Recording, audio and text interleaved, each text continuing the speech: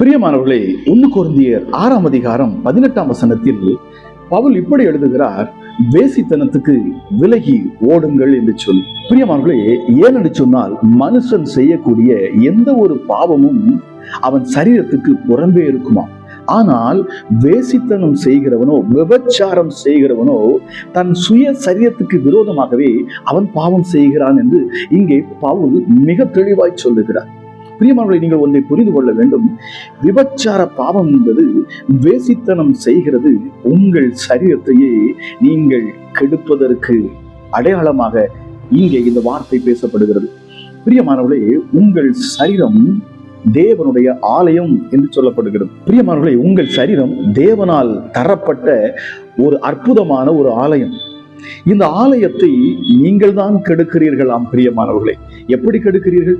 விபச்சார எண்ணம் கொள்ளுகிற பொழுது, வேசித்தனம் பண்ணுகிற பொழுது, அருவருப்பானவைகளை உங்கள் சரீரத்தில் நீங்கள் செய்கிற பொழுது நீங்கள் உங்கள் சரீரத்தை நீங்கள் கெடுக்கிறீர்கள். இது உங்கள் சரீரத்தில் வியாதியையும் பலவீனங்களையும் கொண்டு வருகிறது. பிரியமானவர்களே, ஆரம்பத்தில் அருமையாக இருக்கும் பாருங்க.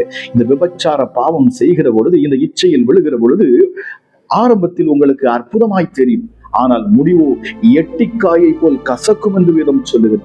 பிரியமானவர்களே, இதில் ஒருவேளை நீங்கள் சிக்கி இருப்பீங்கன்னு சொன்னா தயவு செய்து இதை விட்டு வெளியே வாருங்கள் என்று சொல்லி நான் சொல்லுகிறேன். இந்த வேசித்தனத்துக்கும் விபச்சாரத்துக்கும் நீங்கள் அடிமையா இருப்பீர்கள் என்று சொன்னால், சொந்த மனைவியை விட்டு விட்டு நீங்கள் உங்கள் சரீர ரீதியாக வேறொரு பெண்ணோடு கூட, நீங்கள் ஆணோடு கூட நீங்கள் விபச்சாரம் செய்வீர்கள் என்று சொன்னால் நிச்சயமாகவே உங்கள் சரீரம் கெட்டு போவது நிச்சயம். உங்கள் சரீரம் வியாதியினால் அழிந்து போகும்படி தேவனே அதற்கு கட்டளையிடுவார். பிரியமானவர்களே, வேதத்தில் பார்க்கிறோம், 38 வருடமாய் ஒருவன் வியாதியில் கிடக்கிறான், படுத்த படுக்கையாய் கிடக்கிறான். குளம் கலக்கப்படுகிற பொழுது அவனால் எழுந்து கூட போக முடியவில்லை.